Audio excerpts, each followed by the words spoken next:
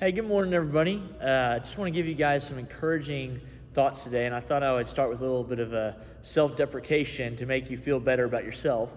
So when I was in the 8th grade, we had just built a new middle school nearby where I live, so I went to that new school. So it was the first year that anybody had been there, which means that none of the sports programs have been established at all. You're starting a totally different team. You walk out on the field, and it's the first time the Frankfurt Falcons had ever done anything sports-wise. So I was on the football team, 8th grade, and I love football. I was never the best, but I love it so much. And we get out there, and I'm not kidding, guys. We didn't win a single game the whole season. We tied one game, but that was only because the score was 3-3, and we only scored a field goal. So, that didn't even feel very good at all, but, we were happy enough. We celebrated on the way home. But as a middle school boy who loves sports, you kind of get into this mindset that your reputation is almost completely linked with how good you are at sports or how well your team is doing. You want a good reputation and all the things that come from that. And so while it was embarrassing that we didn't win a single game, it actually doesn't compare to this story that I want to tell you right now. So later on in the year, the basketball team is there, and I didn't play basketball because I didn't play very well back then. And we're at one of the games, and my friend Doug, he gets turned around in the middle of the game, all right? And he accidentally takes the ball, and he scores in the wrong hoop. He gave 2 points to the other team, and those 2 points ended up being significant to the fact that we lost the game. And so the next day, I remember hearing the story of what Doug had done, and it was just kind of like it was all the buzz. And in that moment, I didn't really think about it this way, but I learned something that your reputation can all of a sudden turn on a dime because of one mistake that you make.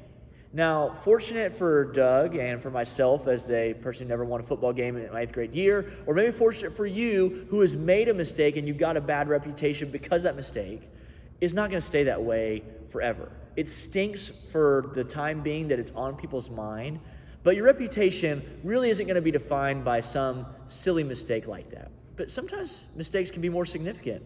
Sometimes you make a mistake and it just sticks with you in the minds of other people. And this is what I want to say about reputation. Reputation is something that impacts our life. I have felt the impact of a reputation when I didn't win a single football game, and who knows what other situations I had in my life before that too. But this is the cool news about Jesus Christ, is your reputation is not what makes you happy. You don't need a reputation to be satisfied in this life. Because ultimately a reputation is simply this. It's what other people think about you. And so when I first started thinking about this idea of reputation and the scripture I'm going to read for you in a little bit, the first thought that went through my mind is okay, so if reputation isn't ultimately what makes me happy, what does a Christian think about your reputation? Do you just not care at all about your reputation? And that's where our proverb comes in today. We're in the middle of a series. Tonight we've got our live stream at 7 o'clock, and we're going to be looking at a different proverb for 5 weeks in a row, just trying to glean some wisdom from this guy named Solomon, who was a king in this ancient town or ancient country in the Middle East. And God came down and gave him by his Spirit this wisdom that he shared with us. And so we're going to look at those over the next week. So the proverb I want to read to you guys today, and that we're going to talk about tonight in the live stream, is Proverbs 22, verse 1. It says, "A good name is more desirable than great riches.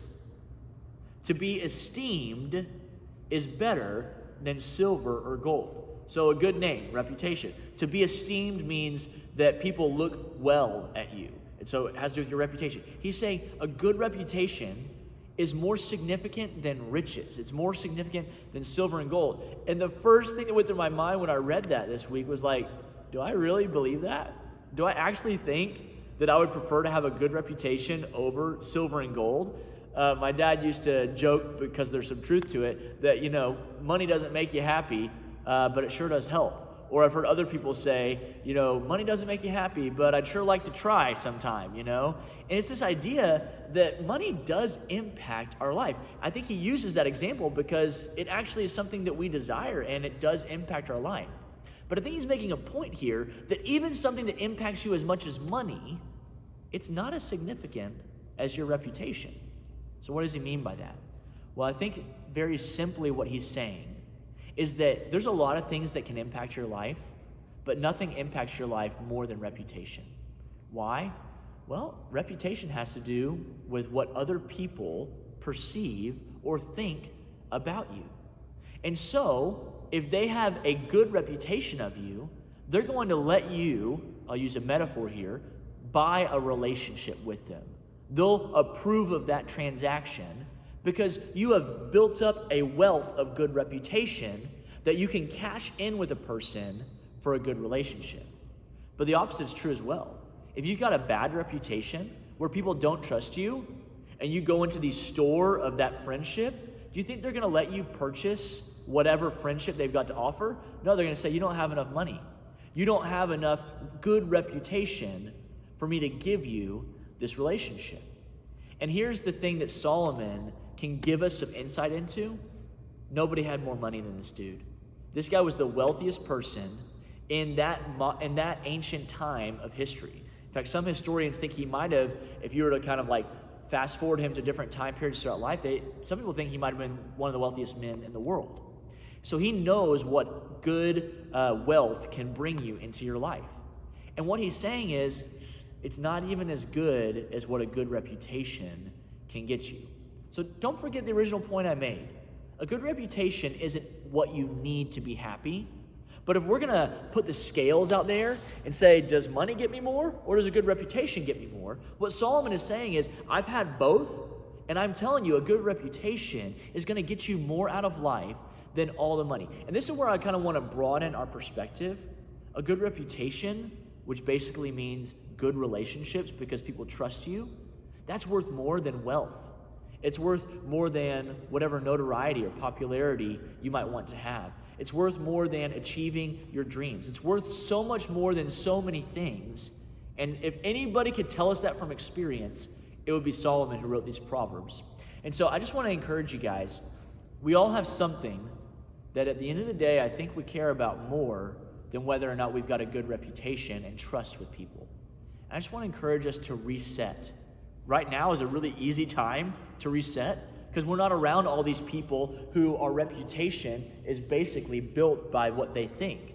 And so when we jump back into the world, jump back into these friendships, maybe you can reset and say, I'm not going to sacrifice trust with those people, a good reputation, for whatever else I might get. What does that look like? Well, I'm not going to sacrifice trust with this person that I'm talking to by talking bad about somebody who's not here. Because do you know what goes on in the mind of the person you're talking to when you talk bad about that person? All of a sudden they start to think, if he would talk bad about me or about them in front of me, that probably means he'd talk bad about me in front of them. And all of a sudden trust begins to break down in a way that you don't have a good reputation anymore. So may the Lord show us how to have a good reputation.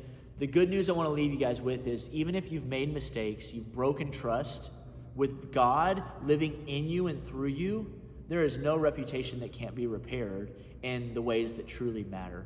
And so we love you guys so much. Can't wait to see you guys at 7 for our live stream. We've got a special guest that I'm going to be competing in trivia against.